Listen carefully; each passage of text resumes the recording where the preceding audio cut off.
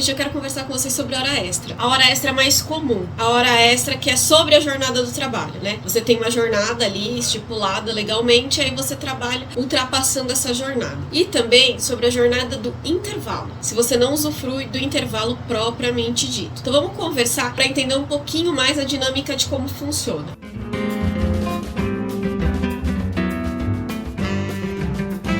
Primeiro, uma grande alteração que a gente teve quando houve a reforma da CLT em 2017 é que o intervalo ele passou a ser verba indenizatória. O que isso quer dizer? Não tem incidência de INSS, não tem incidência de mais algumas coisas, facilitando a empresa na hora da condenação sobre esse intervalo, sobre essa hora extra. Tem um pulo do gato, a teoria da multiplicação de pães, que a gente conhece com alguns professores que utilizam essa teoria e que é super plausível e eu vou explicar para vocês. Você tem uma jornada, por exemplo, das 8 às 17 horas, do meio-dia a 1 é intervalo. Concorda que essa jornada já está pré-fixada? Esse intervalo do meio-dia a 1 você não usufrui. Você usufrui de 15 minutos. Então você tem 45 minutos de horas extras porque você trabalhou 45 minutos. Além de uma hora extra pelo intervalo que é do artigo 71 da CLT. Vocês entenderam? Então você tem 1 hora e 40 minutos extra e não 1 hora só extra ou 45 minutos, porque você trabalhou 45 minutos, então isso é hora extra, é fora do seu horário de trabalho, porque seu horário de trabalho é das 8 às 17, você teria uma pausa ali do meio-dia a 1, só que você não usufruiu essa pausa, então você trabalhou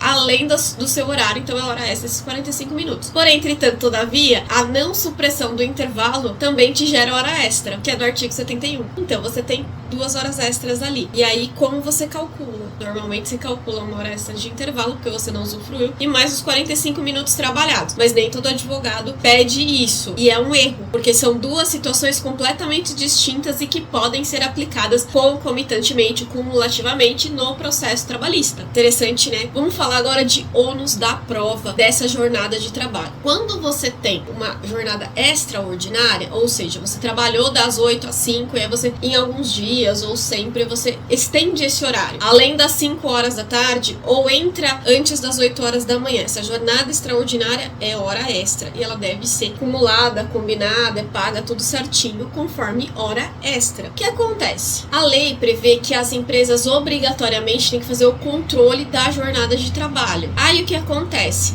Depende da situação. Se a empresa tiver menos de 20 funcionários, isso não é obrigatório. Então, o controle da jornada, ele não é obrigatório. Não sendo obrigatório, de quem que é o ônus da prova? De você, reclamante, pedindo a hora extra. Ah, eu não tenho testemunha. Vai ter um prejuízo ali, porque quem tem que provar que fazer hora extra é você. Não é a empresa? Não. Menos de 20 funcionários, a empresa não tem obrigatoriedade. Então, acaba tendo ali eventual prejuízo na hora de provar as horas extras. Porém, entretanto, todavia, quando a empresa tem mais de 20 funcionários, ou seja, a partir de 21 funcionários, quem deve provar é a empresa. E aí a empresa tem que ter controle de ponto. E esse controle de ponto deve ser homologado pelo Ministério do Trabalho. Porque tem gente que pega qualquer controle de ponto, faz qualquer coisinha, e aí pode ter mais prejuízos ainda. Então esse controle de ponto, ele deve ser o mais correto possível. Aplicativos de celular que mostram até a geolocalização do empregado são essenciais. Principalmente para quem trabalha externo e que aí pede jornada de trabalho quando você não faz o registro de trabalhador externo, porque fala da impossibilidade do controle da jornada, que se eu não me engano está no artigo 62 da CLT. A questão do intervalo, o ônus é do reclamante, porque a questão é que já está subentendido que numa jornada de acima de 6 horas trabalhadas, ele vai ter 1 hora de intervalo, assim como numa jornada de menos de 6 horas, ele vai ter 15 minutos de intervalo. Inclusive, muitos controles de ponto já vem pré-notado o intervalo da pessoa. E aí, quem tem que provar que não usufruiu do intervalo é o reclamante, através de testemunhas e de documentos e provas e afins. Então a gente tem essas duas situações. Por isso que é tão importante ouvir a empresa, nem tanto,